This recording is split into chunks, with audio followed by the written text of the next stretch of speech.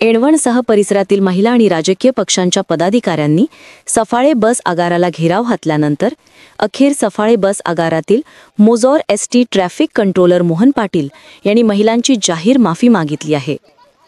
एणवण या ठिकाणी बसच्या मागणीसाठी परिसरातील महिलांनी बस रोखून धरली होती। यानंतर या ठिकाणी गेलेल्या ST traffic controller Mohan Patil यांनी महिलांची हुज्जत घालत वाद केला।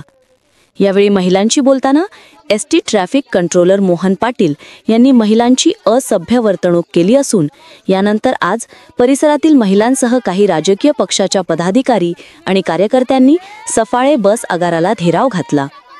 स्थानिकांनी बस आगाराला घातलेल्या या घेरावानंतर मोहन पाटील यांनी अखेर जाहीर माफी मागितली असून यानंतर हा वाद मिटल्याचं पाहायला मिळालं।